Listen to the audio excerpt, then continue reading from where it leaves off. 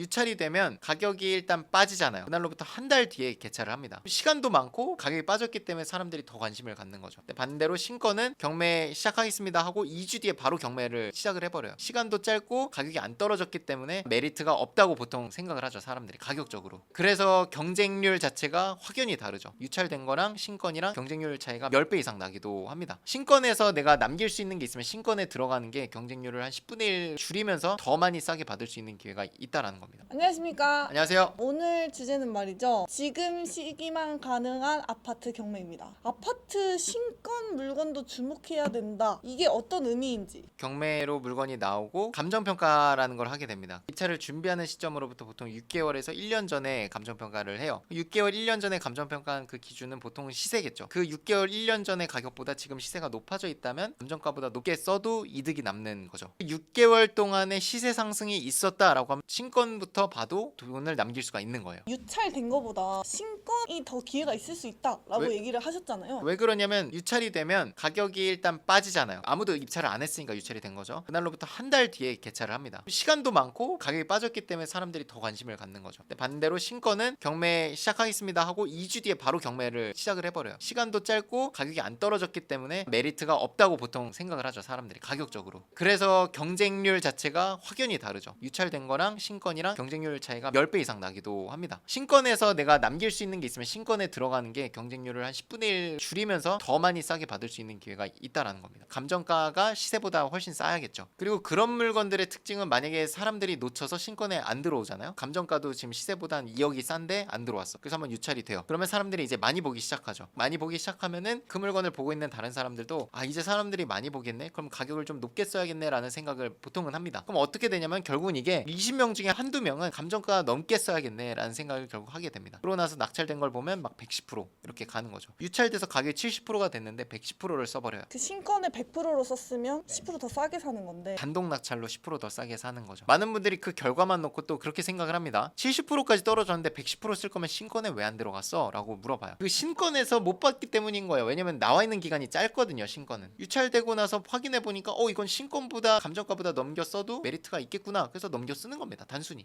유찰이 많이 된 거는 애초에 제 전략은 그냥 전차보다 왜냐면 이 물건을 늦게 발견한 죄인 거야. 전차보다 넘겨 써야 돼. 근데 그렇게 해도 폐찰된 경험이 저는 꽤 있거든요. 가격이 많이 떨어진 건 많이 들어오고, 많이 들어오기 때문에 전차보다 넘겨 써야 되는 거는 당연한 느낌이다. 나 말고도 누군가는 그렇게 한다. 그럼 요즘에도 아파트 신권 물건이 좀 더 싸게 낙찰되는 분위기인지. KB부동산에서 매 주간에 시계열이라고 해서 주간 아파트 가격 동향에 대해서 엑셀로 올려줍니다. 매매 증감을 보시면 됩니다. 색깔로까지 표시를 해줘요. 하늘색이 진할수록 하락세가 뚜렷한 거고, 빨간색이 진할수록 상승세가 뚜렷한 겁니다. 24년 6월부터 시작해서 빨간색이 조금씩 드러나기 시작합니다. 종로구부터 시작이 됩니다. 그러고 나서 쭉 내리니까 서울 지역에 대표적으로 은평구, 용산구, 성동구, 이런 서울의 핵심부라고 하는 지역들은 이미 빨간불이 많이 들어와 있어요. 심지어 성동구는 주황색 불이 들어와 있습니다. 가장 진한 색깔이에요, 지금 현재 전국에서. 마포구 마찬가지고요. 도봉구 일부, 광진구 일부, 강남구, 강동구 도 굉장히 진하게 빨간색이 들어와 있고, 송파구도 마찬가지죠.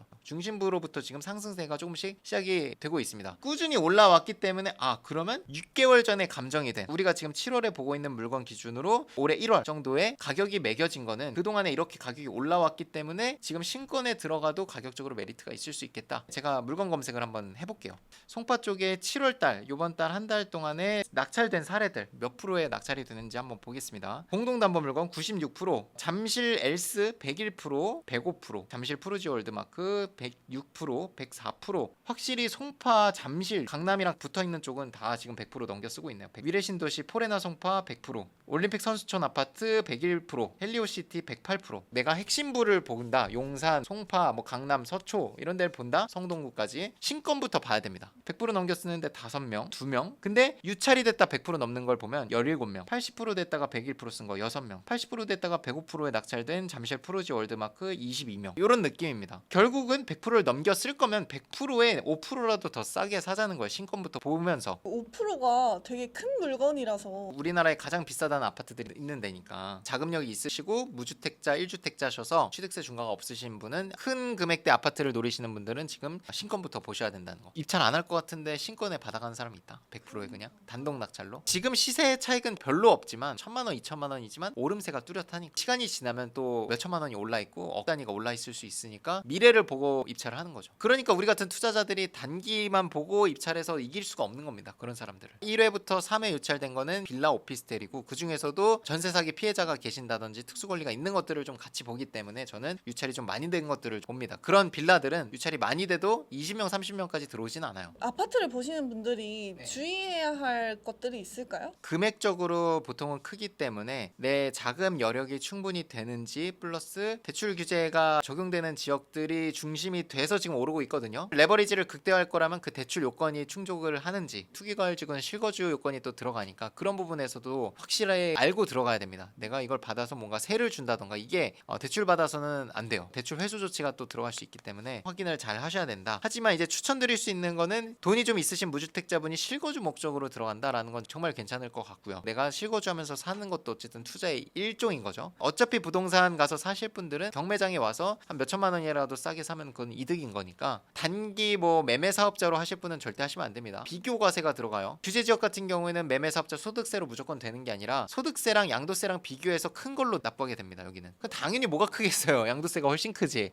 양도세를 크게 볼 수 있기 때문에 그리고 낙찰도 사실 차익을 크게 볼 정도로 되지도 않고 단타매도 하시는 분은 여기 이런 핵심부를 보는 건 아니고 실거주 아니면 장기 보유 하시는 분들이 좀 하시면은 좋겠다. 그리고 그 중에서도 취득세 중과 없으신 분들 규제 지역이기 때문에 주택이 하나만 있어도 두 번째 주택이면 8%예요. 여기는 그 부분도 꼭 아셔야 되는 거고. 경매로 우량 아파트, 실거주 아파트를 마련하면 좋은 점이 있을까요? 국토부 실거래에 안 찍히기 때문에 경매로 낙찰된 거는 그래서 이제 혜택이 있는 건 자금 조달 계획서 의무가 면제가 됩니다. 대부분 이렇게 큰 금액대는 자금 조달 계획서를 의무화하고 있다고 보시면 돼요. 그거와 이제 대출 부분에서 투기과열지구 같은 경우는 보통 무주택자분들은 60% 그리고 1주택이 있으신 분들은 이 처분 조건으로 해서 보통 30에서 40% 정도가 나간 게 원칙이에요. 경매로 낙찰받으면 보통 한 10%에서 20% 정도는 더 나오기도 해요. 다양한 어떤 대출의 레버리지를 또 활용할 수 있기 때문에 경매로 낙찰 받는 게 훨씬 좋다. 그리고 가격을 어쨌든 싸게 받을 거기 때문에 내 돈이 훨씬 적게 들어가게 되겠죠. 경매기 때문에 내가 원하는 가격에 살 수 있죠. 잠실 리센츠에 16억에 나온 매물을 이제 15억에 딜을 하려고 했는데 그게 안 됐어. 근데 만약에 경매장에 와서 봤는데 리센츠가 뭐 경매로 진행 중인 게 있네. 15억 정도 입찰을 해볼 수 있는 거잖아요. 근데 1억 싸게 사는 거는 사실 15억짜리 16억짜리이기 때문에 투자자들이 사실 더 낮게 쓰거든요. 그래서 낙찰이 될 확률이 또 높기 때문에 일반 시장에서 가격 딜이 안 되신 분들이 또 경매장에 와서 좀 높게 그런 분들은 좀 높게 쓰실 수 있으니까 그 금액을 경매장에 가져오면 높은 가격인 거죠. 우리 입장에서 보면 왜 저 가격이면은 뭐하러 사는 거야 라고 하지만 그 사람 입장에선 그 가격에 받으면 너무 좋은 거죠. 집주인이 허락을 안 해줬던 가격에 난 샀으니까. 사람들의 심리, 전세가 이 모든 것들이 지금 상승을 뒷받침하고 있거든요. 그래서 지금 경매로 싸게 사놓고 보유를 할 수 있는 분들은 투자자일지라도 저는 뭐 괜찮다고 봅니다. 단기적으로 시세 차익이 작을지언정 2년을 보유할 수 있으면 2년 뒤에는 억 단위 이상은 좀 올라 있을 걸로 예상은 됩니다. 인터넷에서 뭐 이런 걸 봤어요. 결국 우리 집값을 결정하는 거는 가장 무리해서 산 사람이 얼마나 버틸 수 있느냐다. 내가 버틸 수 있는지 잘 계산을 해서 장기 투자로 가져가면 사실 우량 아파트도 경매로 하는 게 좀 괜찮겠다. 그렇죠. 버티지 못하는 게 내가 대출이자를 못 내서 못 버티는 것도 있지만 저는 그거보다 더 큰 거는 심리적인 거라고 생각합니다. 9억에 샀는데 집값이 6억이 됐어. 근데 장기적으로 오르는 걸 알아. 그래도 버틸 수 있는 사람은 몇 명 안 되거든요. 방금 하신 말씀이 딱 그런 것 같아요. 던지거든요. 시간이 지나서 또 회복을 하고 오르는데 그때 또 후회를 하는 거죠. 부동산 전체 사이클에 대한 그런 기본 개념 이런 거는 갖고 있어야 되는 것 같아요. 저도 9억에 산 거 6억 된 거 있어요. 6억 5천 된 게 있는데 잘 버티고 있거든요. 버틸 수 있는 건 제가 어쨌든 그냥 막연한 믿음이라기보다는 저는 사이클을 경험을 했으니까 이게 언젠가 그 타이밍이 온다라는 걸 알고 있기 때문에 저는 그때까지 버틸 거예요. 아무리 책을 보고 누가 가르쳐줘도 그 남의 얘기거든요. 이거를 경험해보지 않으면 진짜 내게 아닌 것 같아요. 저도 하락기도 경험하고 상승기도 다 경험을 했지만 내 자산의 가격이 막 들쭉날쭉 하는 게 보일 거 아니에요. 확실히 공부가 되더라고요. 오늘도 고생 많으셨습니다. 고생했어요.